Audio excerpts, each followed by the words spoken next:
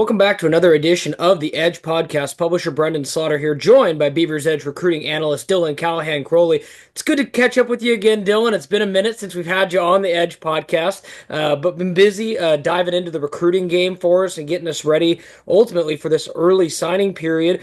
Oregon State, as of now, has signed 18 of their 19 in the recruiting class. We're recording this podcast at 3 o'clock on a Wednesday, so there's always a possibility of more surprises to come, and we'll keep our eyes open for that as we're recording this podcast. But again, Oregon State signed 18 of the 19. I'll kick it over to Dylan. Dylan, we've got an update on Tristan Taia. What are we hearing on that front, and where can people find out that info? Yeah, so as of 3:20 Pacific time, Tia has not yet signed with the Beavers. Obviously, that's created some concern amongst the Beaver fan base here about if the Beavers are going to be able to sign their quarterback in this class, a very underrated quarterback, a quarterback that I think could that has a really high ceiling and a ton of potential. As of right now, we're hearing that there's nothing to be concerned about. That the expectation is that he's going to be a Beaver. Will he sign this signing period? That remains to be seen. He may wait until next signing period in February, but it does not appear to be any sort of issue that should keep Beavers fans, up at night losing sleep. If they want the full story, they go over to BeaversEdge, OregonState.rivals.com, go on to our the damn board, and we have it there in our National Signing Day discussion post. So get the full story over there. But right now, I'd say nothing to be concerned about if you're an Oregon State fan with Tio. Yeah, no, for sure. It's definitely, it's quarterback, right, Dylan? So Yep. everyone immediately is gonna be curious to loan, high school or the Beavers had coming in this class, and obviously a guy that the fan base is really excited about for his connection, obviously to DJU, the numbers he's put up, the dual threat that he's able to come in with. He really seems like a fit tailor made for Ryan Gunderson's offense, and I would tell people to definitely go back and look at some of the interviews that you've had with him, Dylan. This is a guy that really believes in Oregon State, likes Oregon State, loves the coaching staff, all that stuff. So echoing what Dylan said, if you want the full story, you can head over to the damn board, check that out. But not a reason to be too worried about Taia not signing as of this moment. So that's some good news there for Oregon State. We're going to go ahead and go down the list to just kind of break down each guy real quickly, kind of get Dylan's thoughts, and then ultimately wrap up the podcast. So thanks for everyone for tuning in. It's been a long day. Appreciate Dylan, who's been really working the candle at both ends, so to speak. So we'll go ahead and dive right on into it. Let's start with running back, Dylan. Starting with Cordy Glass, the running back out of Hanford, California, 5'10", 185 pounds. What do you like about him? Yeah, I think what stands out about Forty is that he's just a really productive running back throughout his high school career, going up against some quality talent in his conference there that Hanford plays in. You look at his tape, and I think there's a lot to like on tape as well. Um, Good athleticism, good speed, not game-breaking speed, but enough, that he's going to be able to get some big runs throughout the course of a season. A punishing runner, he's not afraid of contact. He's going to run right through would-be tacklers on a consistent basis. And yeah, when you take that contact, you're going to take some punishment, but he's going to deal just as much punishment as he gets. But yeah, really, really high on Glass. I think this is a guy prospect who can come in and probably make an impact a little bit early on in his career. Obviously, the Beavers have a couple of young running backs in that room that they're really high on, but I think Hanford can come in and make an early impact, potentially as early as next season. Yeah, I mean, that's always possible. I mean, I remember a year ago, you and I are sitting here talking about, Cornell Hatcher and Saladin Law, and Saladin Law ended up playing a pretty sizable role Yeah. in this backfield as the season went on and, was a true freshman this year. So always a chance a running back can get in. And you mentioned in your analysis that the Beavers this last year had Jam Griffin at kick returner at one point. They like to move guys around, and that could be a pathway, as you mentioned, Yeah. to early playing time for Glass or this next guy that I'm going to mention, a guy that I'm sure Dylan, Beaver fans were really excited to see come down the pipe ever since he committed. Skylar Jackson, son of Steven Jackson, one of the all-time greats in Oregon State history. Just, you love to have those legacy commits in your program. He complements Glass in the sense that he's a little bit bigger, a little bit stronger, more built, I should say, more of a kind of punishing runner between the tackles. How do you Yeah. like kind of this duo and how they kind of went different ways with skill sets with Jackson? Yeah, I like how they complement each other in this class. I mean, Glass does have some ability to, be a playmaker in the pass and attack as well, but Jackson is really a true all-purpose back. He can make it happen on the ground. He can make it happen as a receiver, kick returns, punt returns. You could probably line him up pretty much anywhere, running backs in the slot, wherever they even out wide. Um, Beyond that, it's what tape we do have of him is really promising. Good size, 6'1", 205 that we have him at right now. Has good speed, but we haven't really seen much senior tape. So how much improvement he's made since junior year is still a bit of a question mark for us. But based off what we saw out of him as a junior, um, and what we've been told from those familiar with this game, he's going to complement Cordy Glass really well, and he's going to be another guy who I think, considering where the Oregon State offense is, depending on what happens in transfer portal, could come in and try to make some noise early next year in that running back rotation. Osley has some pretty good bloodlines there as well, and that's always helpful. You know, um, I think those who grew up in NFL families have a little bit different view and understanding of the game. I think they usually are able to have a higher understanding of the game at an earlier point in their career, and Yeah. I would expect the same here with Skylar Jackson. Yeah, no, that's definitely an intriguing piece of Jackson's kind of upbringing and game with his dad being, such a big name in the NFL for as long as he was. Let's go ahead and shift gears, keep it rolling. I move over to wide receiver. Dylan, just one receiver for the Beavers in this class. I know that technically in our system, Julio Tucker is listed as a receiver. The Beavers see him as a defensive back. So that leaves just Elijah Washington, the kid out of Oakland, California, Castlemont High School. Not the biggest guy out there at 5'11", buck 75. But what do you think? What do the Beavers like about him, Dylan? Yeah, he's dynamic. He's not the biggest, like you said, 5'11", 175, but he is shifty.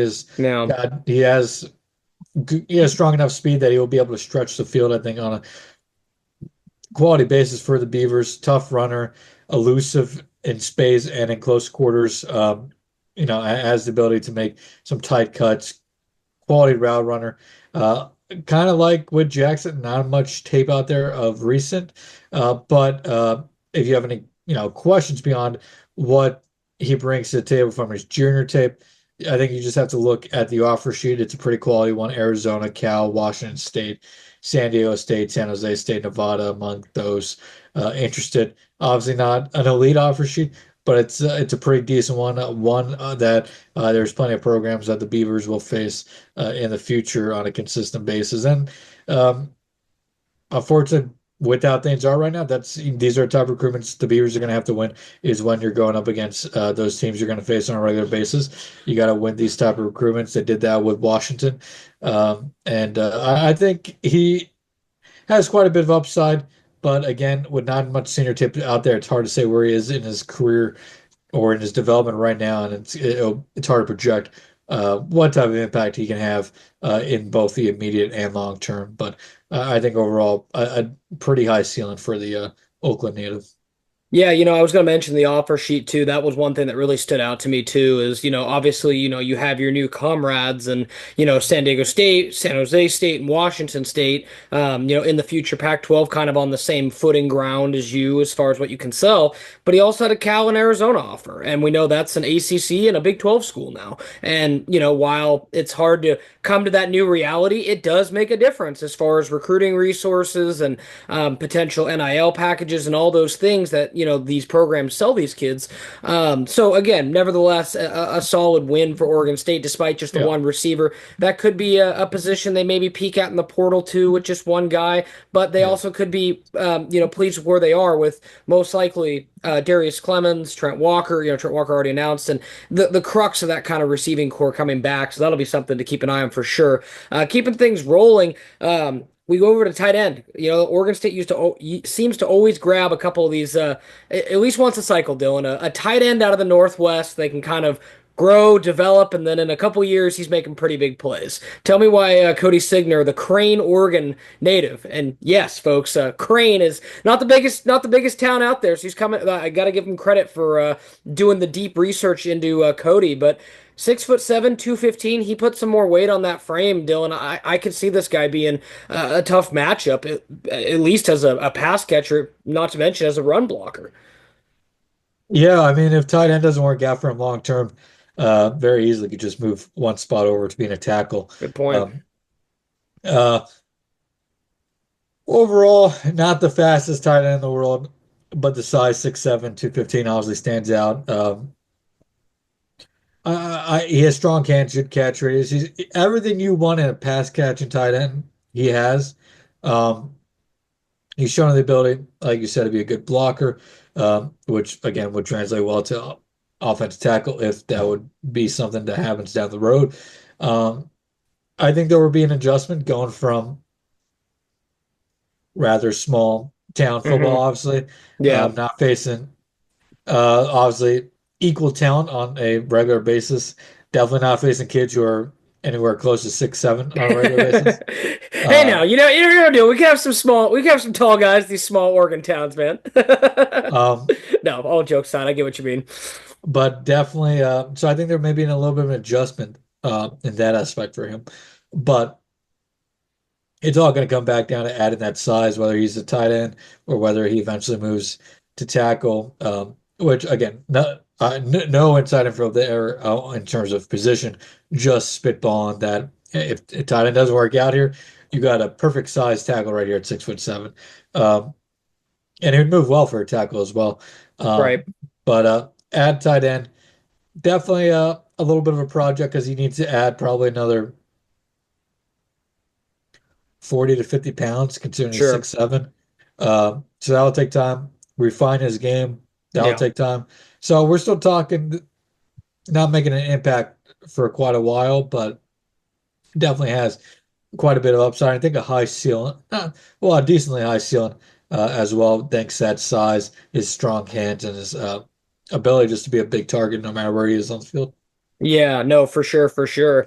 Let's move on to the offensive line. A couple guys, kind of some different skill sets, and I think guys that will develop at different periods of time. Let's just kind of go quickly here. Yeah, Let's start with the Oregon guy. Start with Jake Normoyle. Again, 6'4", 290 pounds. He's probably the most ready physically of the trio yeah. that's coming in. Curious your thoughts on him. You also have Noah Thomas just across the river, Vancouver, Washington, Skyview, coming in with some more size, 6'6" but 275. And then last but not least, Maddox Conway, one of the more recent additions. 6'5", 260 out of Cypress Ranch High School, Cypress, Texas. So I'll pitch it back to you here, Dylan. I look at this with my eyes and I go, well, it goes, by size, Normoyle, Thomas, Conway. But then something in my head goes, man, those Texas guys really seem to hit the ground running when they come play up here in the Northwest. What do you kind of see with how the development goes of these three guys? Who do you kind of maybe expect to rise up first, and just overall a thought on each guy? I think normal is probably the closest to being game ready, like you said. By far the most polished offensive lineman of the three, 6'4", 290 already, which obviously needs to still add a little bit more weight, but at 290, it's only another Yeah, you're 15, not 20, far. 15, 20 pounds, which in a college strength and conditioning room, you can easily do in one off season. Yeah, Um, Important win for them as well because he did have an Oregon offer. he did. Um, but he's just you watch him on tape, he's polished, uses his size well. He is going to be a guard at the next level, not a tackle like he does play currently. The athleticism will be tested, but on tape he looks to be a quality athlete. I think he has the highest ceiling here probably of the three. I think they all have decently high ceilings, but Normal I think is the closest to playing. Could be a multi-year starter. Um, you talk about a guy like Conway with Texas, definitely someone that stands out. Originally from Corvallis, so he's coming back home to Yeah, play his college great football. story. Moved to Texas to further his development as an offensive lineman or a football player or as a whole, and to grow to not grow, but see his recruitment take off a little bit more. And Sure, it was decently successful. Had a couple offers, including Oregon State. Gone back home. I'll definitely I think is a year or two away from probably seeing the field, but has some considerable upside. Still quite raw, I think, in his development. But I think playing in Texas against high level talent on a weekly sure. basis definitely helped. No offense to the talent in Oregon, but it is not the talent that you're going to face in Texas No, at the Texas is level. some of the best. Helps Yeah. absolutely. Yeah, And Cypress Ranch is one of the better conferences, districts, regions of gotcha. Texas. Yeah, Plays the league town on a regular basis, so he's going up against legitimate FBS, FCS yeah.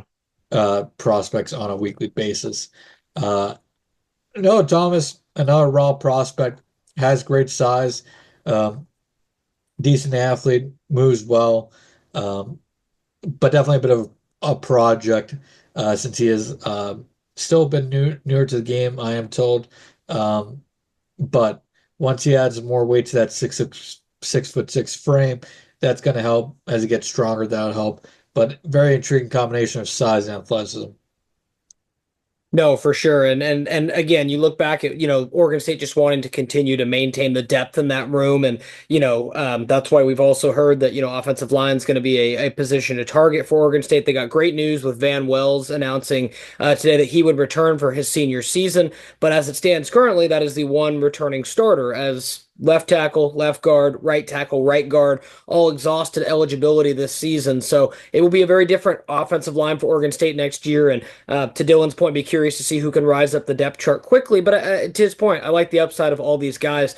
Let's flip gears to the other side of the ball. Defensive line, Dylan, probably you can make an argument for others, but in my book, it was probably Oregon State's thinnest position group this year. The group really struggled to get after the quarterback, really struggled to kind of stop that run game like we've seen in recent years. And we've seen that as they signed, four guys, if we're including kind of edge rushers as well. Of that group, we look at Nicholas Fisher, also out of Cypress Ranch, Darian quote, Blue Dantzler from Chandler, Arizona, Basha High School. Jesse Myers comes in from Cardinal Newman High School in Santa Rosa. And Logan Knapp comes in from Concord, California.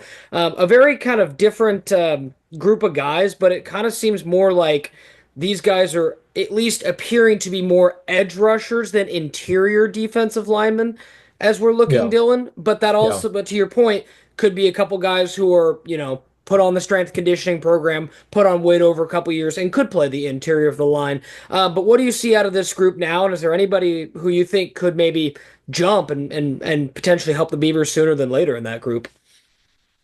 It's hard to say. I think if there's one that is maybe a little bit closer to being ready, it is Jesse Myers. Has good size already, 6'3", 250. Has had pretty good production in a very talented California conference. Mm, So I look at him as being maybe the closest being game ready. I'm not sure if any of these guys are really going to make an impact next year. Myers is probably the closest to whether sure. that's next year or in 2 years. Nicholas, Dantzler, and Knapp, I think, are all more kind of long-term plays. I think the Beavers are going to definitely look at defensive end, defense tackle as a whole, defensive line as a whole, Yeah, heavy in a transfer portal. Um, because otherwise, that's obviously a position that needs a lot of help right now, and you can't rely on true freshmen to make sure. that difference for next year, anyways. So I think for the Beavers, the goal here should be to pick up some defensive linemen in the transfer portal that have multiple years of eligibility that can make up the core of your defensive line for the next couple years while you try to develop the likes of Dancer, Fisher, Myers, and Knapp. All very similar players in the term in terms of having pretty good size for being edge rushers. Dancer is the smallest, but he's also kind of a linebacker. Could be a Sure, hybrid type. But they all have decent size, but they're also got a good bit of speed and explosiveness to their game, which definitely plays more towards the defensive end aspect of things. Myers is maybe the guy who could slide inside at 6'3", 250 already. Nicholas Fisher isn't too far behind him at 6'3", 240 either. But if I had to guess, Myers is probably more likely to be a DT at the next level. Um, but yeah, Knapp, 6'6", 230, probably a defensive end, sure. size edge rusher. Um, but yeah, overall, I think could be a really good class long term, but it's going to require patience to get there. Yeah, for sure. And I think, more than anything, Dylan, when we've heard, what we've heard that they're going to target the defensive line, they sign four guys. They only lose one to senior graduation, Samisi Saluni as of now. I mean, again, guys could leave.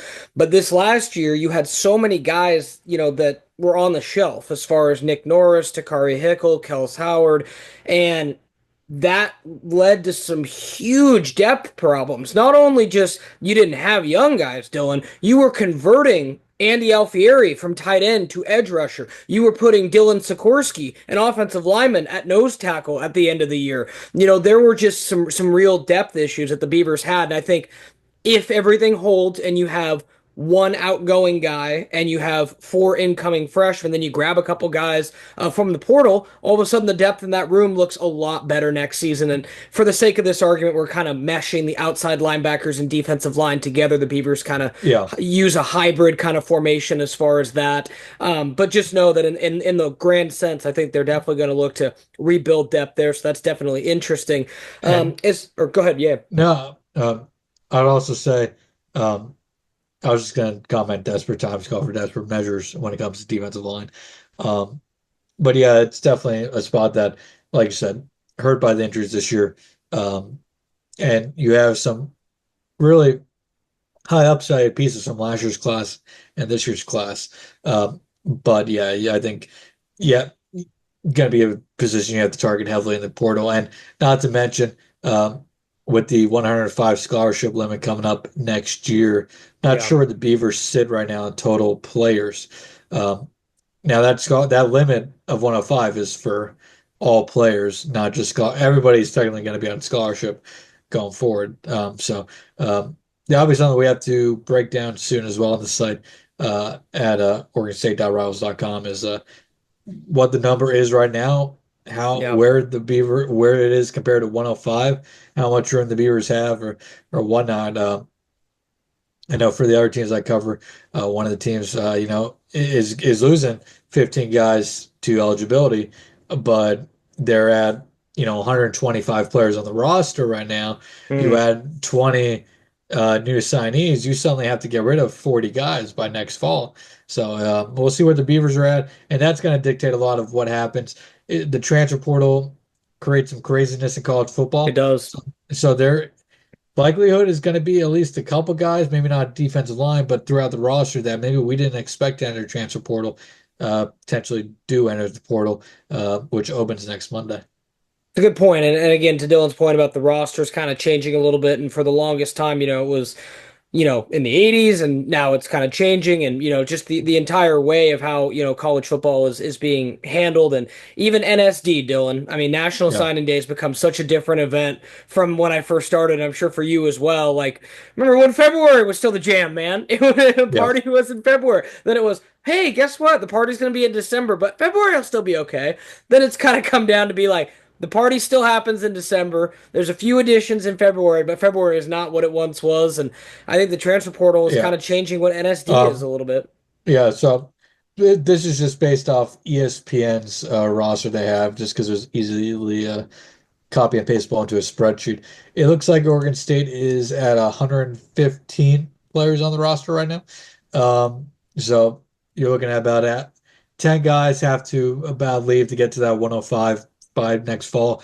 But if you're going to bring in, uh, what was the final count for today? With 18 have signed, 18. yeah. Yeah. So 19 expected. So yeah, yeah, 19 so expected. you're looking at 15 plus 19. to get down to 105, and then if you're going to bring in more people, you have to get rid of more. Right. And I hate to say get rid of because it sounds No, yeah. negative, but it's unfortunate just where college football is uh, So, in this question for aspect. you. Have they discussed what they're going to do with like is there going to be someone like checking on these teams to make sure everyone has 105? Like what's the penalty going to be? I'm curious right off the bat if a team's like, "So what? Stop us." Yeah, that's a good question. I'm not sure how they're gonna. Yeah. Where's the policing in this, Yeah, I Dylan? don't know how they're gonna police Where's this, but and for those who don't know, this all goes back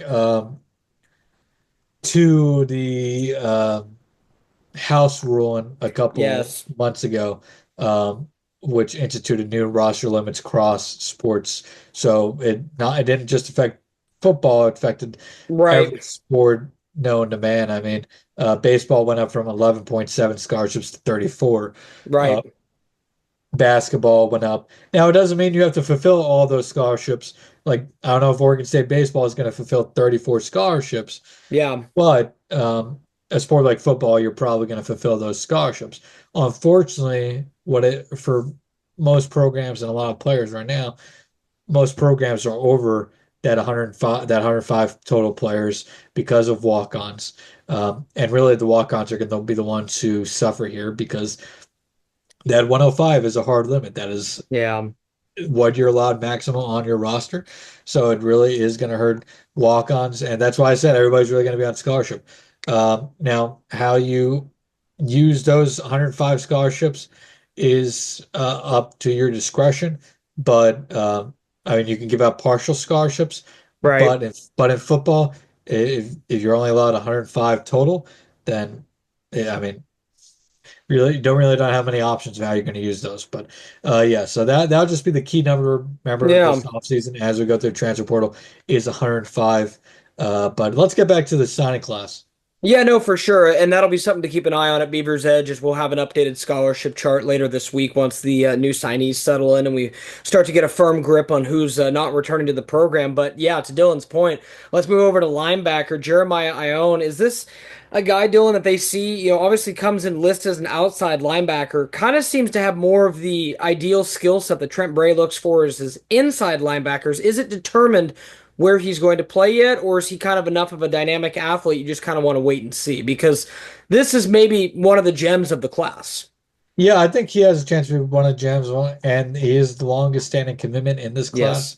Yes. Um, I'll be interested to see what Trent Bray says about him today, because I do think he has the ability to play both inside and outside. He has the athleticism to play outside, but he has the high football IQ, the leadership capabilities to play inside as well. Like you said, he's what Trent Bray looks for in his inside linebackers historically. So I think he's a great fit for that role inside the Beavers defense. Um, so another guy who not much senior tape on, so can't really see where he's developed. So I'll be interested to see what Bray has to say about that. But definitely, I think one of the crown jewels of this class and has some significant upside for sure. Yeah, and a guy who definitely helped, help build this class, right? You talk about the guys who are the first in the class. They're oftentimes, working behind the scenes, almost acting as, an extra coach. Like, Yeah, hey, come join me. Come, we see that every year. There's a leader of the class, so to speak, and guys that kind of keep it together and all those things. And credit to Jeremiah because he's been all in with Oregon State from the get-go.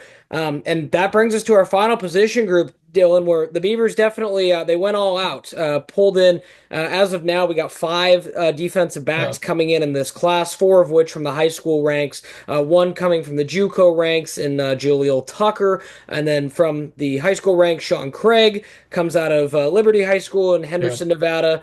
Trey Glasper comes from Green Valley High School, Henderson, Nevada. David yeah, Madison comes from Prestonwood Christian Academy, Plano, Texas. And Zephan Walker comes from Louisville, Texas, Louisville High School.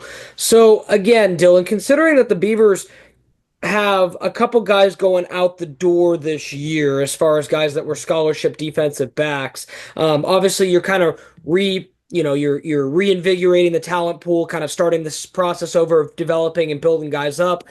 But Jaleel Tucker is the one I'm interested in.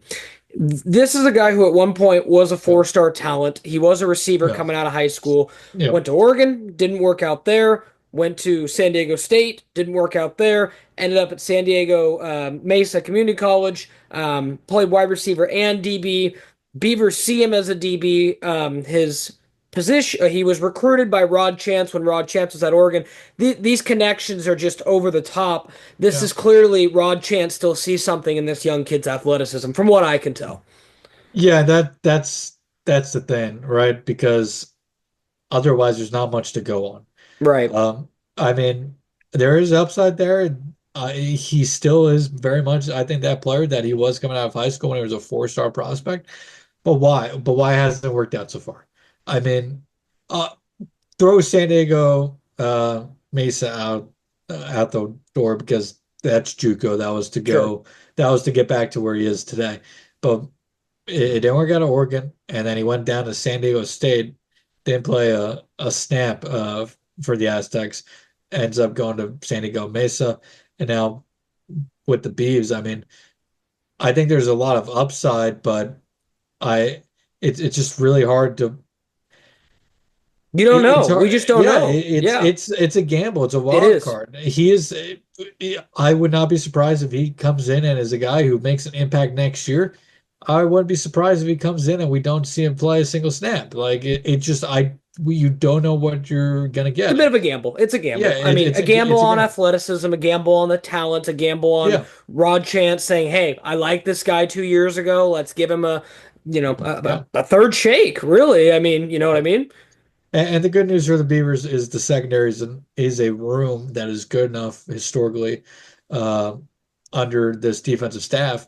Um, and the development has been good enough that you can take this sort of chance. And if it doesn't work out, you're still going to be probably pretty okay. But at this point of his career, even though he hasn't played much in-game action, he has gone against a high-level talent now for 3, 4 years. You want to count Yeah. San Diego Mesa on a daily basis in practice, which does help, but will translate into game action for him next season. That remains to be seen. But definitely a lot of upside there. We'll see if the Beavs can unlock something with them. Totally. And then, the other guys in that mix, Sean Craig, the 6'3", 178-pound safety out of Liberty in Henderson. Trey Glasper comes in, technically listed as an athlete. Not exactly sure where he's going to end up, most likely Yeah, defensive back, but could also float around with that nickel safety look as well. yeah, David Madison listed as a corner, probably projects to be there as well. And then Zephon Walker. I mean, again, two guys from, the Vegas area and two guys from the Texas area. This recruiting class has, a lot of Rod Chance's fingerprints on it, Dylan, and just as far as it seems like it's high on athleticism, things that the Beavers look for, versatility, wanting to play, multiple positions if needed back there. And, again, considering some of the guys they got coming out, leaving, seems like a good class of youngsters they got bringing in. And to our point from earlier, Dylan, this is one of the position groups we've heard they will target in the portal as well. yeah. And to add to that, did you want to do Blake Thompson separately, or did you Yes, no, actually let's go. think? Yes, let's go ahead and add Blake Thompson to the mix as Okay, well. Yes, yeah. please. Thank you. Since I know we're getting a little short on time here. Yes, let's go ahead and add him Um, as well. no, I Another think Texas DB. just yeah, just exactly. going right Lone Star State, baby. And that was my first point is you brought it up about Texas guys coming up, hitting the ground running. I think that's a big part of it is, I mean, no matter where you play high school football in Texas, I mean, unless you're playing it in like middle of nowhere Texas where there is no Yeah. talent, you're probably playing some pretty darn good talent on a weekly basis. Yeah, And we've all seen Friday Night Lights, Dylan. We know that kind of talent's right, down there. right. You're probably playing some pretty good talent on a weekly basis. I think going into Texas and grabbing these lengthy, Yeah. tall, athletic DBs who play against pretty good wide receivers on a weekly basis is was definitely a plan for Oregon State. Maybe it wasn't, maybe I don't think they sat down and been like, hey, we're going to Texas, we're going to grab three corners in this class from Yeah. Texas and sign those. But they definitely like going to Texas for certain positions. That's been clear the last Yeah. few years. Um, and they certainly have a type at cornerback, especially this cycle. All these guys are good athletes. All these guys have good length, good size. I mean, you look at these four DBs they have, not counting, um, Julio Tucker, 6'3", 6 foot, 6 foot, 6'2". That's all great length, all great speed. I mean, great size, speed as well. But they definitely have a type here. I really like Sean Craig's long-term potential. Yeah. Um, Walker, I think, has a lot of long-term potential as well. David Madison is intriguing. Blake Thompson's still trying to learn more about his game. And then Trey Glasper is a phenomenal athlete, great ball skills, also a phenomenal wide receiver for Green Valley. Honestly, they also have a thing for the Las Vegas area in this They class as do. well. So I'll be interested to see if that's something that continues going forward.